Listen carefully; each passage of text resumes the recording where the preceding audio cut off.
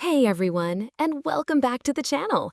The new Nvidia RTX 5000 series is here, promising incredible performance. But underneath all that raw power, some serious questions are popping up, particularly around something called hotspots and driver stability. So, are these issues a deal breaker? Let's dive in. First up, the hotspot issue. When we talk about hotspots on these 5000 series cards, we're not necessarily talking about the main GPU chip itself. Instead, it's about localized areas on the back of the circuit board, specifically around the power delivery components, things like your VRMs, FETs, and coils. We've seen reports, notably from Igor's lab, showing temperatures in these tiny areas hitting anywhere from a concerning 80 degrees Celsius to even over 100 degrees Celsius. This can happen even when the GPU core itself is running perfectly cool, say at 60 to 70 degrees. So why does this matter? Well, consistently high temperatures, especially above 80–90 degrees C, can accelerate component degradation through something called electromigration. This means a potentially reduced lifespan for your expensive new GPU, performance degradation over time, or an increased risk of outright failure down the line. The root cause seems to be a design oversight.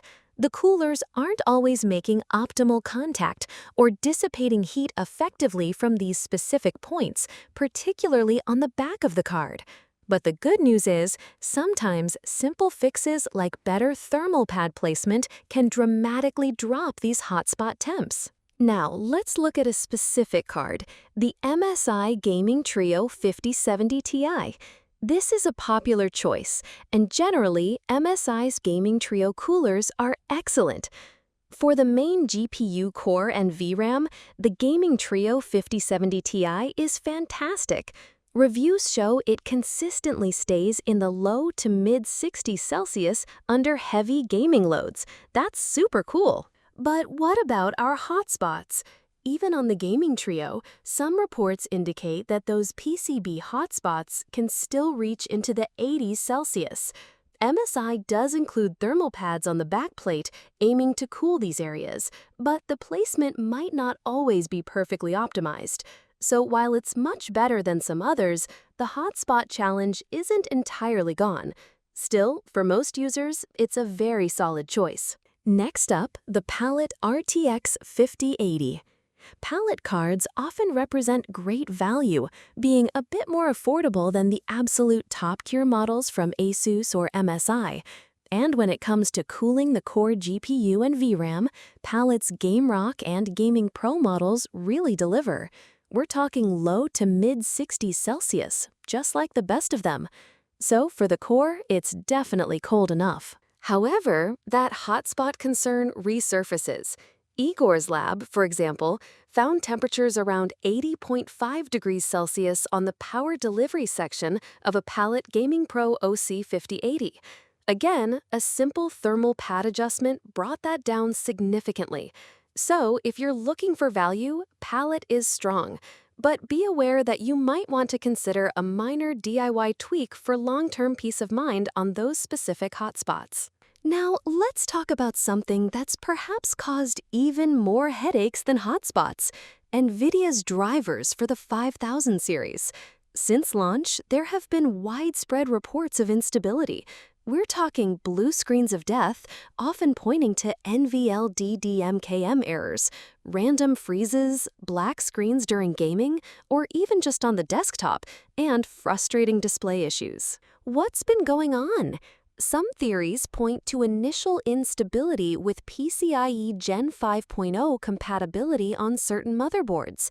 A common workaround was forcing your GPU's PCI slot to Gen 4.0 in your BIOS. Even DisplayPort cable quality was cited as a potential culprit. Nvidia has been releasing frequent hotfix drivers, and things are slowly improving. But it's not yet the rock-solid experience many expect from Nvidia. My advice? Be prepared for a bit of troubleshooting, check community forums for the most stable driver versions, and maybe even tweak your BIOS settings if you hit a wall. Finally, let's talk about putting these beasts into your PC, especially a mid-tower case. The MSI Gaming Trio 5070 Ti, for example, is a long card, over 33 centimeters, and it's a 2.5 slot design. This means it physically blocks the next two PCIe slots below it. If you want to add something like a capture card or any other PCIe expansion card right next to your GPU, you need to be careful. Why? Because a card sitting too close can directly block the GPU's intake fans. This restricts airflow, creates turbulence, and can trap hot air, leading to higher GPU temperatures. While it won't necessarily break anything immediately, it can reduce your GPU's performance or lifespan by making it run hotter than it should. So, my tips for building: check your motherboard layout, see if there's enough space. Use a slimmer add-in card if possible. Optimize case airflow with good intake and exhaust fans, and clean cable management. Always monitor your temps after adding new components. And if space is just too tight, an external USB solution completely bypasses internal airflow concerns. The Nvidia RTX 5000 series offers incredible power, but it's not without its quirks. Those hotspots are a real thing, though often manageable with a good custom cooler or even a simple DIY mod. And while driver stability is improving, it's still a work in progress. The key takeaway? Do your research, understand the potential challenges, and plan your build smart. It's a powerful generation, but being informed is your best tool for a smooth experience.